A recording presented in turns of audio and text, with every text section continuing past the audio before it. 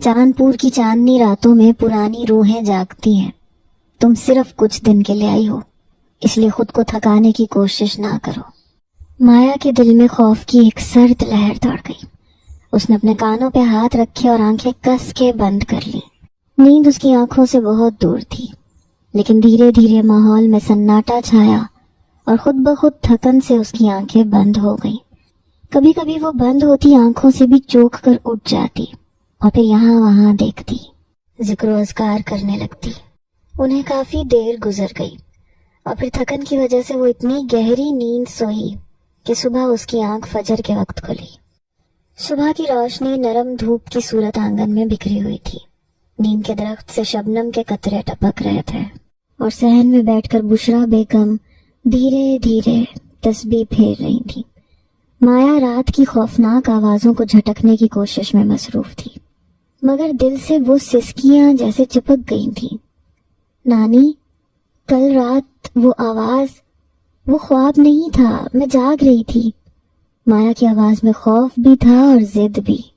بشرا بیگم نے ایک گہری سانس لی. مایا، کچھ باتوں میں پردہ پڑا رہے تو اچھا ہے. ہر بات کی تہہ میں جانے کی ضرورت نہیں ہوتی. کبھی کبھی سچائی کا چھپا رہنا بھی انسان کے حق میں بہتر ہوتا ہے.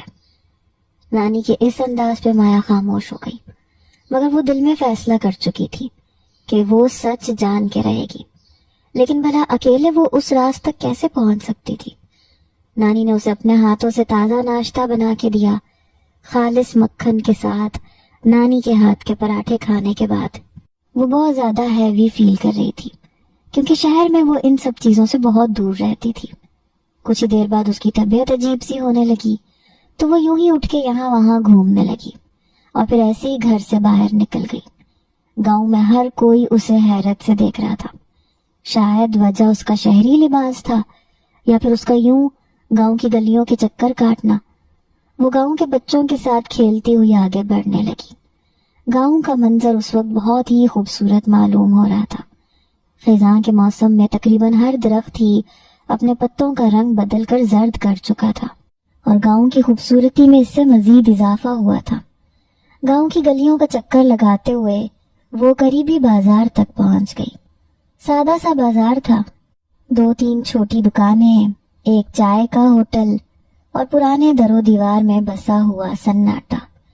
وہاں ایک دکان پر بوڑھا دکاندار، جس کے ہونٹوں پر گلابی نسوار کا رنگ جمع ہوا تھا، مایا کو پہچان کے بولا، بشرا بیگم کی نواسی ہو نا؟ بڑا سناٹا تھا ان کے گھر میں برسوں سے.